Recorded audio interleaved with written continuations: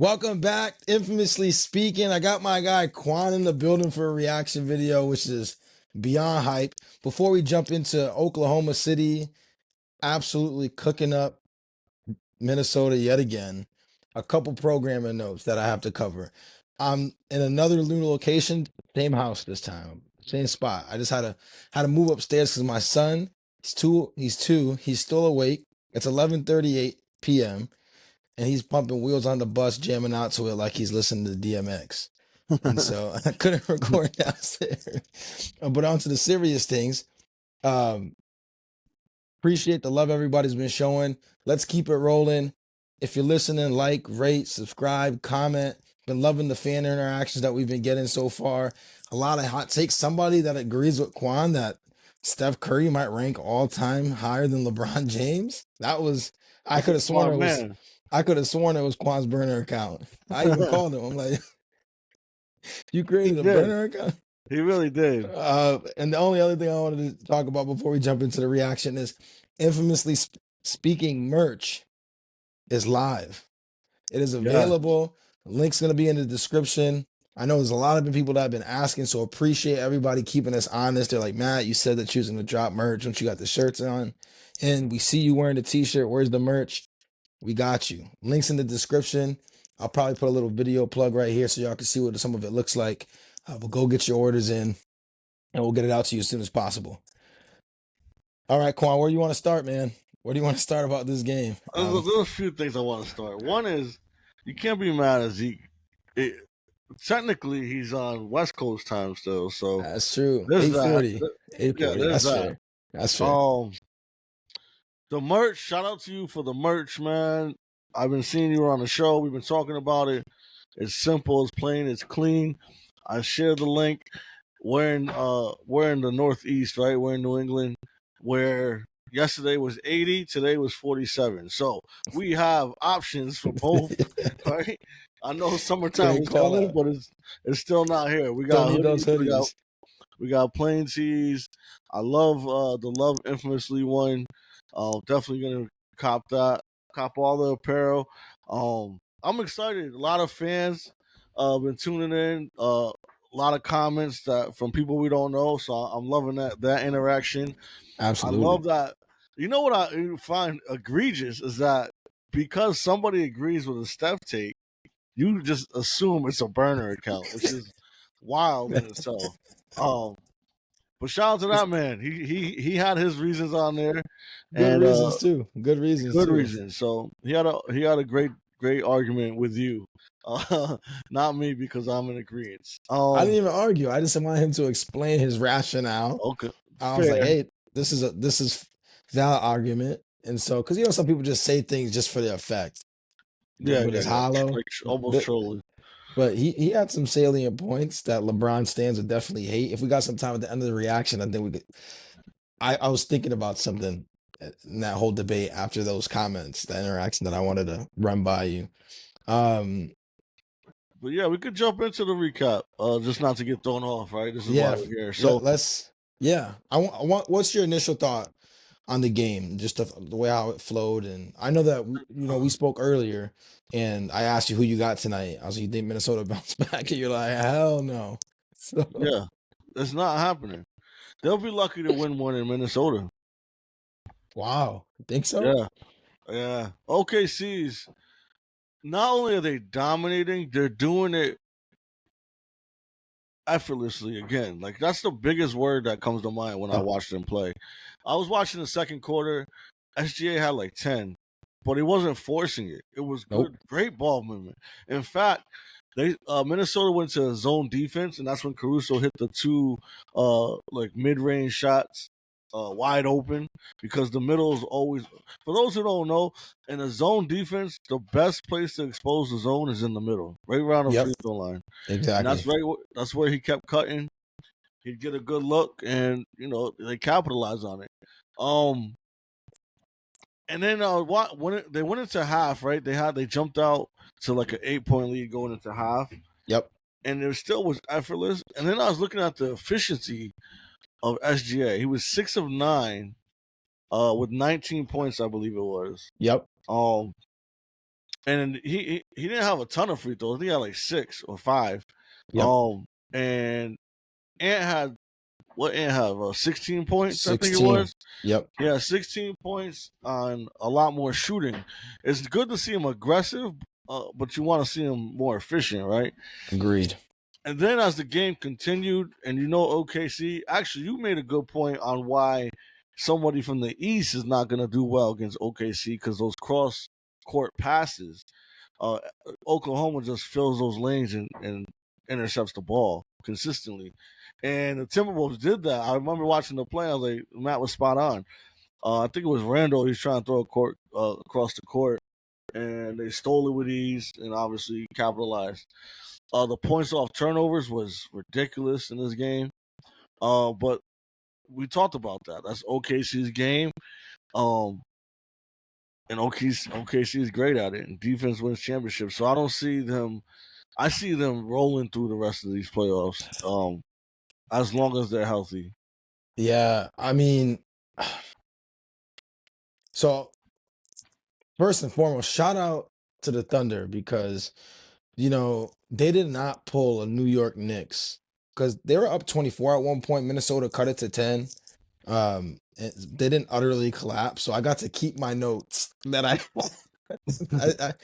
I think I said it on the show yesterday. I had a pad just like this, full of notes about the game yesterday, and then once that game went to shit, I had to erase it all and say I had to find the motivation to record to even record yesterday.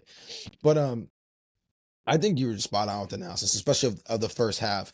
The efficiency and the ease of which Oklahoma City plays was incredible. You were spot on with Shai's shooting, and just to add on to his shooting performance, he was 7 for 17 to get 16 points. Yeah.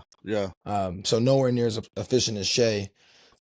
I think the biggest thing that stood out to me was first Julius Randle's complete inefficiency in this game. He only had 2 points in the first half. Didn't play the entire fourth quarter, I believe.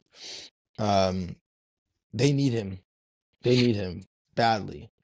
But it seems like they need heroic efforts from him and Ant in the same game to even have a chance, and we haven't seen that.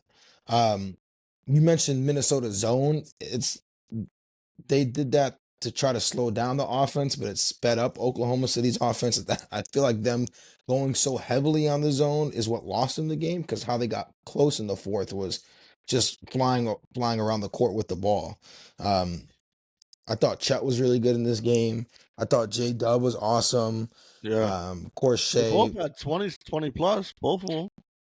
And it was like you said, it was just easy. It was easy, bro. There was a play. I had the time mentally written down, but there was a play. SGA got it at the top, and they were just swinging the ball around. J Dub got an easy look at the three, capitalized on it. It was just it's great basketball, bro. The ball movement, and here's what I'll say too. When SGA had the 10 in the second, when I was watching, I was like, damn, he's not like heavily involved. Like he's not ball dominant. He didn't have to be. Nope. And he just makes key plays at key moments. Like again, even in the fourth, when Minnesota was making a little run, SGA went left, Euro stepped right, easy lay. Like it seems like everything OKC is doing again is effortless. It doesn't look like it's a difficult shot or they're rushing a shot at the last second to put it up, like Minnesota does. Like every shot, not every shot, but the majority of the shots I've watched, it feels like it's either rushed, it's heavily guarded, or something that just has to be created in a moment, and it just looks way more difficult, which is obviously exerting more energy. And OKC ran away with it, man. Chet was balling. Yeah. Yeah, Early too. 8 points in the first quarter. One thing that I wrote down here too was you bring up Shai. He had that. It was like 4 minutes 30 seconds, I think, in the third. It was like right when OKC was starting to get up really big, and he hit this tough and one, but it just seemed so easy. And was that then the one with the left hand? He drove in. yeah, He kind of went hard off the backboard. and I'm like, this Yeah, shit is just too easy for him. yeah. And then in the He fourth, no, again. No, go ahead. I'm sorry. So I like, and then in the fourth, when there was a chance, it was at the 3:45 mark in the fourth. Minnesota got a turnover, and they had a chance to cut it to single digits, and they ended up turning the ball back over and gave up a 3-point play on the other side. Yeah. And I'm like, but it was caused by Oklahoma City's. Everything starts with their defense. Everything starts with their defense, Mm-hmm. and they just flow so easy. Like, Yeah, was that the I, hustle play when they stole it? Chet missed it, and then J Dub, I believe it was, he fouled the rebound, got the and one layup. Was that the yes. play you're talking Well, about? I'm not sure. It was rebound. I think Nas Reed had it, then tried to swing it to Ant. Ant got it. I think J Dub came on the steal to help trap Ant um, on the outside on the perimeter, and he comes behind, swipes the ball away, and then you get the 3-point play. So it Yeah. might be the same one. But it's like, just again, it's what the Knicks didn't do last night, which was they weren't they were so purposeful in attacking when the right time was to attack and slowing the game down when it was the right time to slow the game down. And a lot of that's coaching, but a lot of that's just confidence, man. It's confidence that whatever plan you have is gonna work as long as you execute it. Yeah, I wish Gmo was on here. Gmo made a good point. He actually sent a picture to the chat, and it was Brunson with the ball with like 50 seconds left around there, maybe even less, and they were up 5, and they shot the ball or whatever.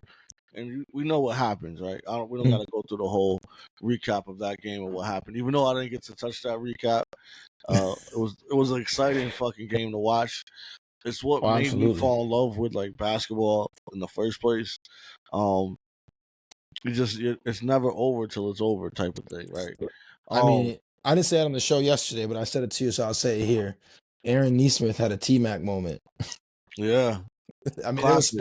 it was spread out a little bit more, but my goodness, he Yeah, was throwing up shots like T-Mac was and couldn't miss. yeah, couldn't miss.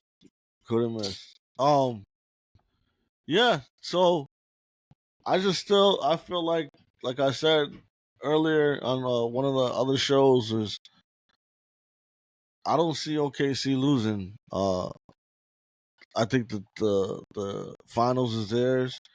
Yeah. I think the NBA got it right with SGA.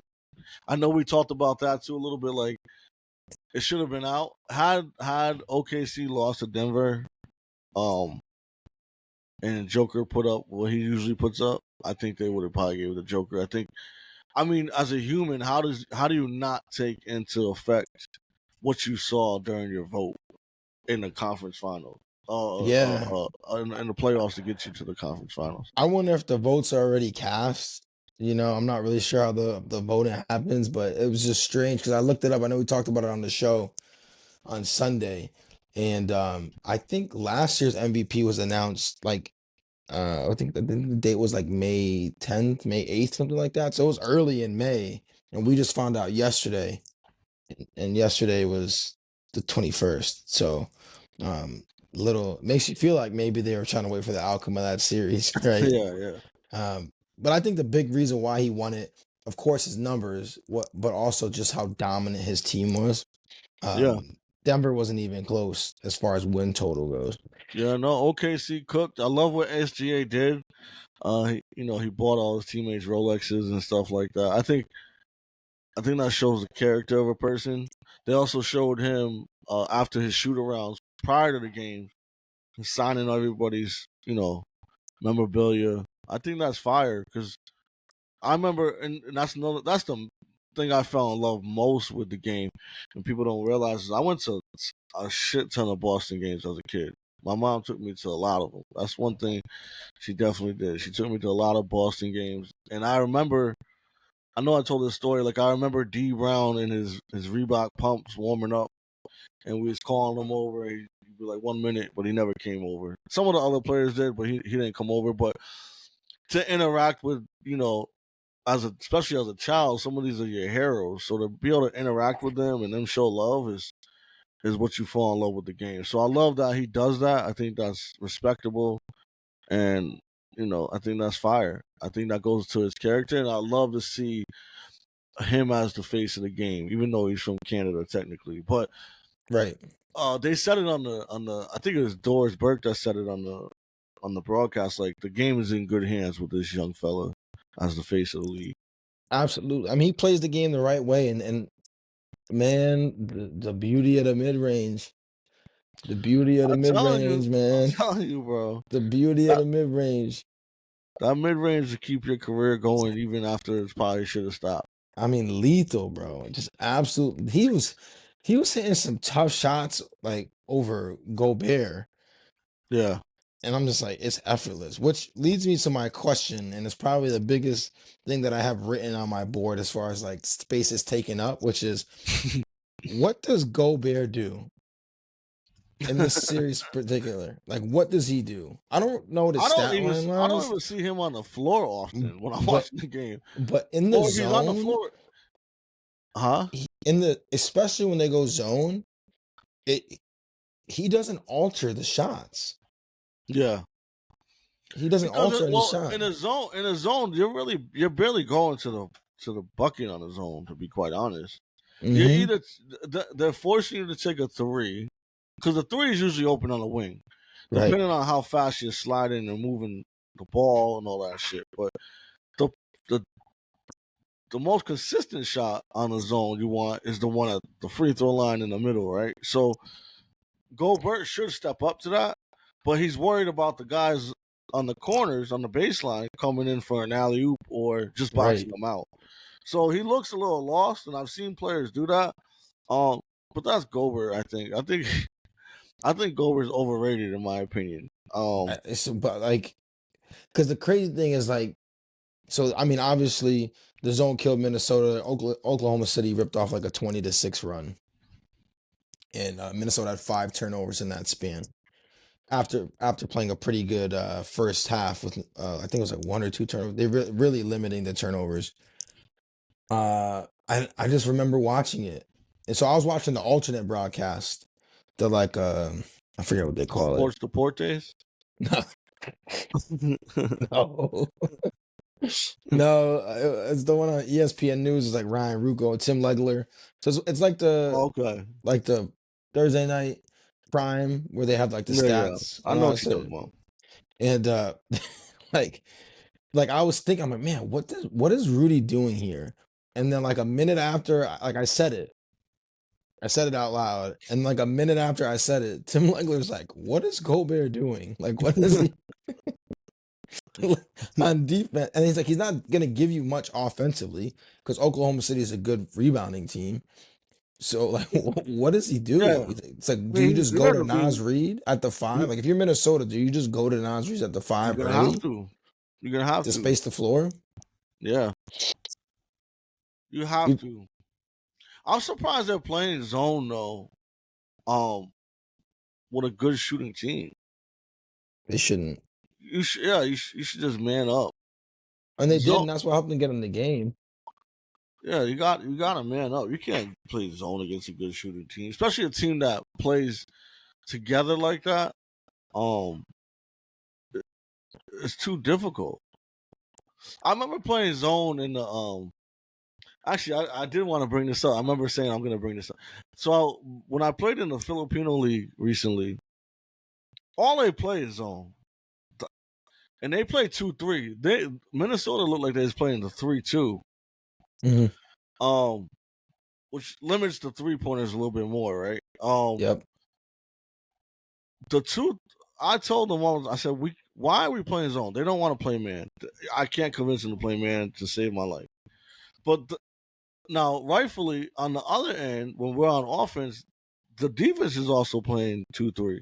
So I kept telling them, and we have a good player who he can shoot a mid range pretty well, but he tends to attack the rim very well. But I'm telling him, even if you get the ball in the middle, just attack the rim. You're gonna either get fouled or you're gonna score a bucket Yep. more than likely. And he just could not grasp that concept to the point where I was like, "Fuck it, I'll be the guy that goes in the middle, but I'm a better facilitator." So I would go to the middle, and they'd either give me the mid range or I'd just dump off the pass. But I said that for a reason because when I was watching, I was like, why do that? Like, if you have shooters on the floor, why do that? Just you're Right. giving up buckets that you could be limiting. I agree. Especially with a player in SGA who and J Dub too. And you mentioned Caruso. J-Dub. They were all hitting middies.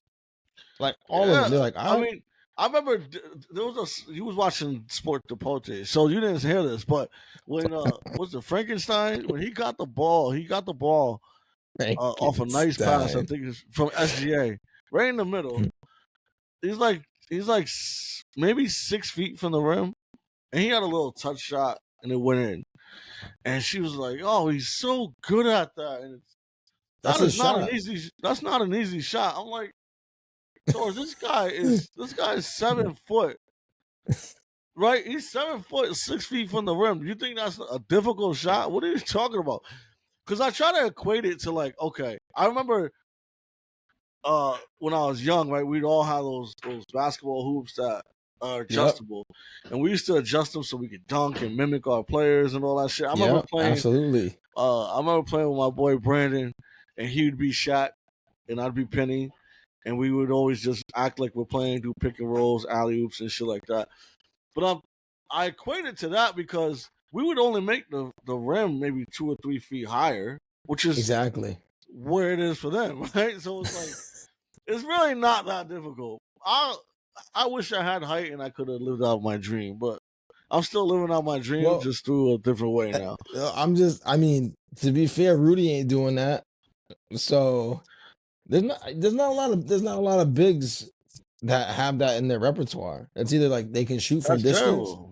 That's terrible. or they just look lost. I was watching the Deportes cast on my and for game one. So there was no reaction to game one because I was on my way to Connecticut. I was driving to the airport while the game was happening. And so I'm Mhm. listening to the game. And they keep on saying like when Rudy gets the ball in the in the painted area, they're like, that is not a dance that you want to do, Rudy, because he just had no That's clue. funny. That's funny. And so I'm wondering, I mean, if you're He's a Minnesota at this liability. point, He's a liability. it's You just gotta take him out. it's a massive mismatch. You gotta take You him out. you want Nas in there. You might be giving up size, but now you have a lineup that can guard all five. You put shooting out there because he just looks lost. Like Actually, get him a map. Get him a map. so He might not even be able to read it. Get him a you French just one. you reminded me of why I was bringing up the picture that Gmo sent with Jalen, and they took a shot. I have a question for you because there was an Hmm. argument within the chat, and it was whose fault is that? Is it Jalen's and Towns for rushing shots and not running the clock down, or is it the coach for not telling them not to, or calling a timeout, or anything in that nature? Mm. I mean, it's on both. It's on both. Jalen and Cat are not young players. This is Cat's what 10th, 11th season. Jalen's in his what 6th or 7th season. They're not new to big moments or big games, right? Cat was in the Western Conference Finals last year. Jalen was one game short of it.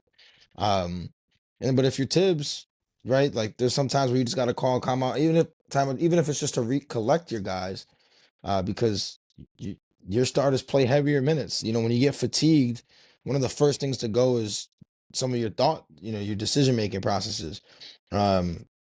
So yeah, there is no reason why we're hoisting up good shots, especially when we saw that we could get whatever we wanted against Indiana's defense, even Mm-hmm. if we let their defense get set. Yeah, It's not like Indiana's some fantastic, phenomenal half court defense like OKC. So like if you think about Minnesota, you're like, man, why do some of these shots feel rushed? It's because once they set that defense, because you said it was either they're getting a shot early or there was some whack shit late because they yeah, couldn't generate anything between it. They brought it up. They're like, I mean, there's a couple possessions where the first pass for Minnesota wasn't getting made until like 10 seconds left on the clock. And that's yeah, because hounding defense. Indiana doesn't defend that way. And I get it. Sometimes you're worried, like, do I pass up what if this is the best look we get this possession? But sometimes just like they need time to beat you, and you're giving them time by taking a quick shot. even if it's going in, you got this guy who can't miss. This guy's Yeah. on a T-Mac level burner right now. He Yeah, can't yeah, miss. yeah. And Yeah. he's getting 3 while you're getting 2. So Yeah. eventually it's gonna catch up to you. But enough of that shit, man. I'm done talking Yeah, about no, I just brought it up because right, we've seen great wrinkles all teams. around. We've seen great teams with some terrible decision making and terrible coaching. Oh, Right? You got absolutely. Boston, number 1 seed. They got that 20 point, and as I was repeating that today out loud to myself, would you saying Coach Mozzarella Sticks kept telling them, like, even in the post game, like, yeah, that's what got us there. That's bullshit, bro. That's bad coaching. I don't give a fuck. You're up 20. You're not giving up the lead. You're in the playoffs. You got to finish strong. So that's a cop out to me. Just saying, oh, we live by it, we die by it.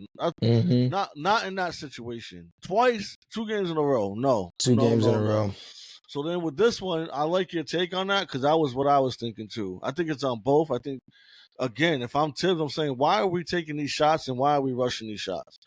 We're getting what we want when we want, and I think it's on Captain Brunts because you got to know better. You're a superstar in that situation, right? Yeah. You know you're gonna go get fouled and go to the line. Just capitalize on that, and the game is over at that point. That's a fact. Like, I And think now, part of it, you get excited. I think part of it is too, you see them running, and so you kind of want to like put the dagger in them. When putting the dagger on them is just letting the clock hit triple yeah, zero. putting the That daggers playing the smart play. exactly. You don't have to Yeah, score. You don't have to score the bucket always. But I one of mean, one of. I'm they've done sorry, it. go ahead. One of Indiana's my done it worst all 3 losses series. that I've been a part of. It was a championship game at Toby May. Toby May is like New London's Rucker Park, right? So we had a championship game. A lot of great players was out there, and we was up 2 with like all we had to do was run the clock out. Actually, there's 2 games I had like this. All we had to do was run the clock out. This kid shoots a 3, bro, from like 30 feet, misses. They get the ball, call timeout with like 5 seconds left. The other team gets it, hits the 3 to win the game. Championship. Heartbreaking.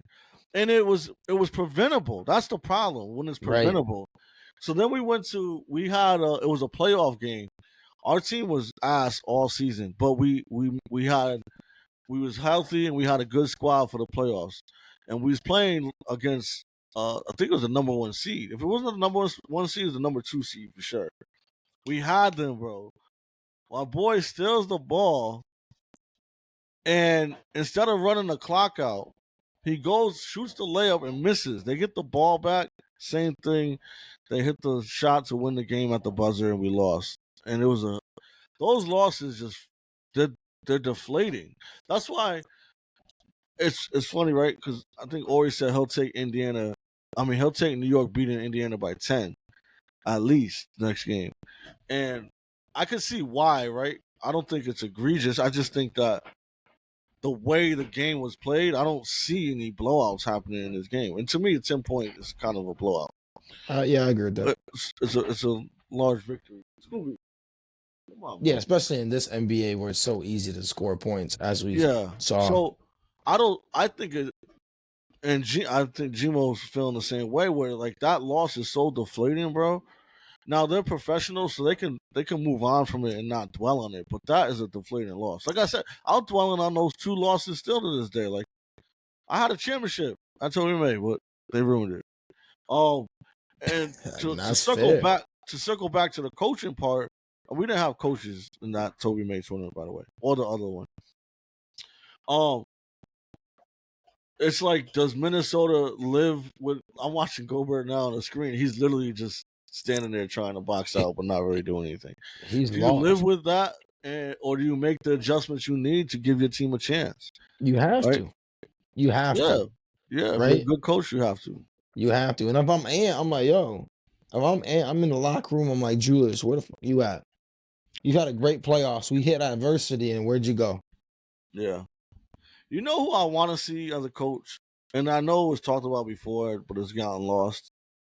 Who? And do you know who? No, who? Mark Jackson. Oh, bring him back? I watched him on that Chime commercial. It's just hearing him on the Chime commercial, like hand down, man down. It's like, man, I wish he was back in the league, man. Even if he's a commentator, but supposedly he's getting blackballed from the league and shit, which is terrible. Because I think he, even as a commentator, he brought so much to the game. I agree, a lot of knowledge. And also, like, people don't give him enough flowers for helping set up the Steve Kerr and that Warriors dynasty. You know, he I helped agree. Golden State get relevant again. So yeah, I think transitioning, looking ahead to Game 3 on Saturday, because every game is every other day, so quick turnarounds. Who do you like in early? Who do you like in Game 3? I know we don't know what's going to happen if Minnesota does a roster shakeup or starting lineup shakeup, I but like OKC from what I've seen. The only this is what I really want to watch in Game 3 is I want to watch the intensity that OKC plays with. Do they come out saying, "Let's get this shit over with in 4," or do they say, "Look, we're up 2 games. You know, they're home. We just flew. We can ease up a little bit," which I don't want to see. don't want to see that. No, not But at I all. think that's the only way Minnesota wins is if OKC doesn't play to their potential. Yeah, I agree with you because I felt like Game 1, both teams didn't really have a great half.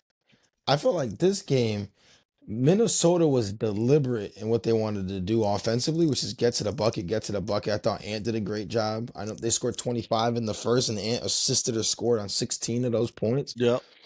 And a lot of it was driving.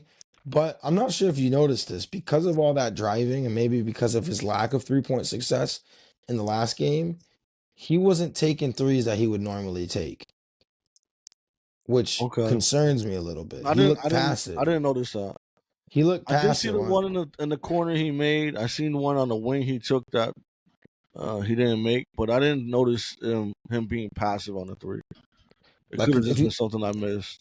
I mean, he made the most threes in the regular season Yeah, I know this that. this year, and a lot of it was. It's not like he was getting open looks, right? I mean, he's a great player. They're gonna pick him up wherever he is.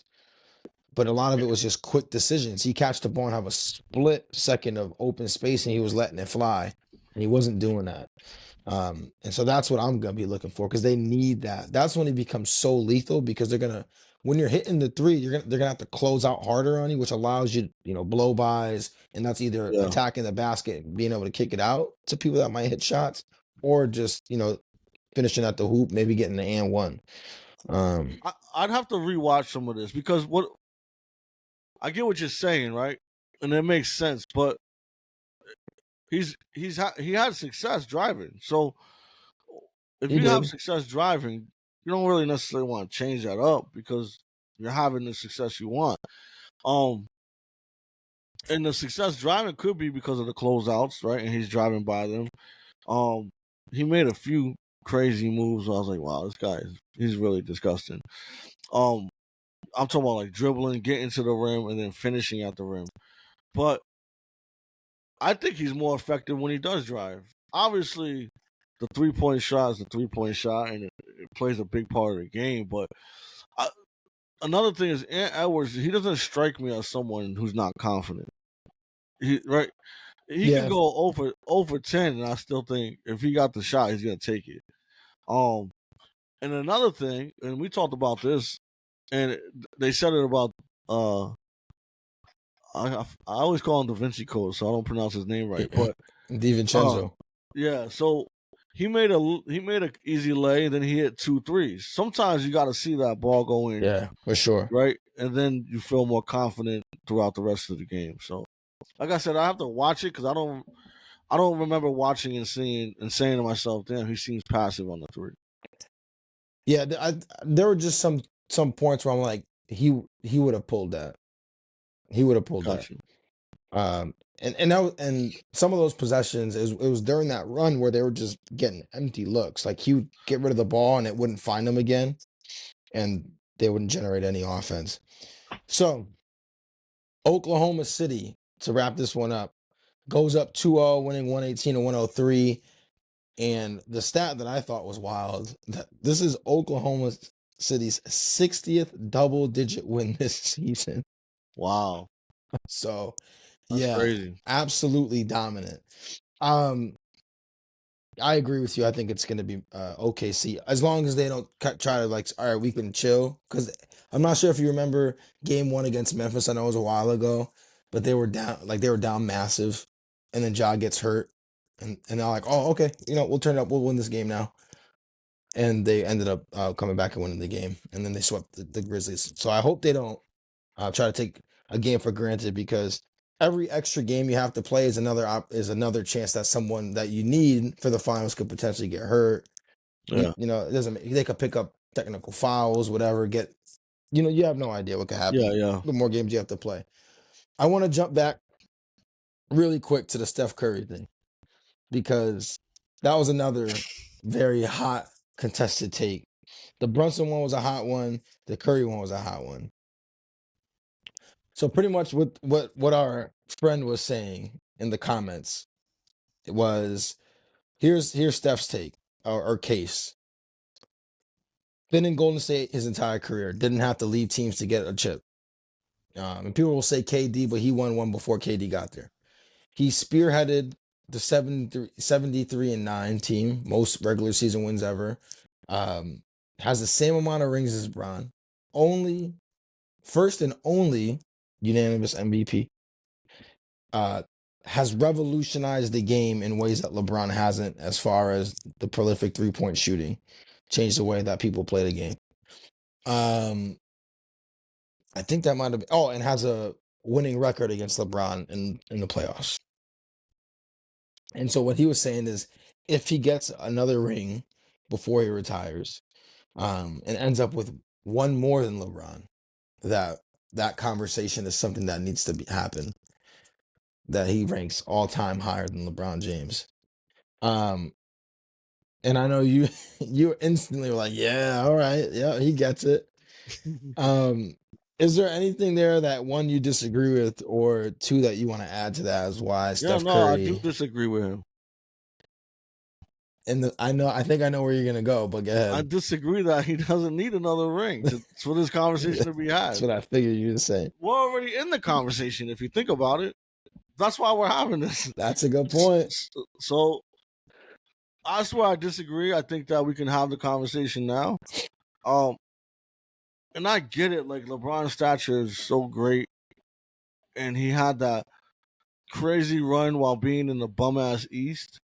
And I sent you the thing where when he came to the West, his record is not nearly as good. Nearly. And you know, he benefited from the opportunities that was in front of him. I'll say LeBron, that is right, making moves in the East Coast, going to teams, teaming up with all stars / Hall of Famers, and he made the most of it. I'll give him that credit. But realistically, if I'm comparing the two, Steph has made a bigger splash. Get it? Splash Wow. Brothers? Yeah, no pun intended. I got it. I Wow. got it. So here's what I'll add to that. I still think LeBron is top 3. But what I'll say, because there's a lot of talk around why Curry isn't for some people even top 10, and that's because uh, especially recently, but for the last couple of years, whenever there's key defensive moments that need to happen, right, like the Warriors are up or they're tied and the other team has last possession, or what you think would be the last possession of the game, or they need to stop, Steph isn't in the game because they take him out for defensive purposes, right? And so I was like, oh, that's an interesting take. But I was like, if you're saying that in the defense of LeBron James, wasn't the Spurs game plan in the finals to let LeBron James shoot the ball? Yeah. Isn't the purpose of the game of basketball to score the basketball? And they're like, hey, LeBron, we're going to leave you open, score the basketball. Yeah. So Yeah. that's why I hate we're going to sub Curry out for defense. Okay, that's fine. But they're literally telling this guy, hey, score the ball Yeah. without getting to the hoop. We dare you. We dare We you dare to you to score it. do it. Yeah. And he didn't, People especially forget in about the that. second time. That's a great call out. And you know what the funniest thing is? Is the same people that argue that, right? In the defense of LeBron of being a better defender, which rightfully he should be, right? He's built Athletic like as any, hell. yeah. So it's the same people who say who don't use that defense when it comes to the GOAT debate with Jordan being a better defender. It's true. In fact, they usually deflect and say, "Oh, he didn't have to guard anybody good. It was Pippen." No, no. Go back and watch. I was there watching. In fact, one of the most crucial steals ever in NBA history was when Jordan stole it from Malone Yep. before he took that epic shot. But what do I know? I'm just here commentating. So yeah, I wanted to bring that up for the 2 points. Number one, I wanted to let you know that you have a friend out there that shares Yeah, the opinion, and to yeah. let the whole show Smart know man. that That's a we smart all, man. whoever saw that comment, yes, we all thought it was Quan's burner account. But two, to bring up that point, because I hate hearing that. Well, Steph Curry, if you're an all-time great, why do they take you out in key moments? Well, if you're an all-time great, why are they saying let him shoot the ball? Yeah. And I was in And LeBron's prime. and To honestly, Bron's credit, he's become a much better shooter. he has to. He But had to. It's almost like I just said it earlier. Like if you get the mid range, your career will last longer than what it should. It's like Vince Carter. 100%. Vince Carter. Think That's about how fact. explosive Vince Carter was, bro. He was super explosive, but his career, he didn't end his career like that. He ended his career as one of the best all-time three-point shooters. He played what? Was it Like 21 or May. 22 seasons? Yeah, Come on now. He played that's a long forever. time. That's a long time. He played forever. So yeah, and I think I get the argument, but I think Steph's defense is underrated by far. And we talked about that. Like he's a Team team defender. defender. He gets a lot of good steals, clogs the lanes. Yeah, I know. I just wanted to bring that up, but I like the fact that you brought that up because during the Knicks game, Van Gundy brought up. He was like, "I normally don't like looking at plus minuses, the individual plus minus, right? Because that sometimes that could be tricky. Because like if you looked at Indiana's bench, there might be some individuals that had a good plus minus, but I think the Knicks bench outplayed Indiana's bench yesterday. Mitchell Robinson and Deuce McBride were super impactful. And So Campaign. It's funny because I was like, Campaign sucks, and he hits 2 threes and makes me feel like I just fucking. Well, we'll wrap it with this. Who do you like tomorrow? Game 2, Knicks Pacers.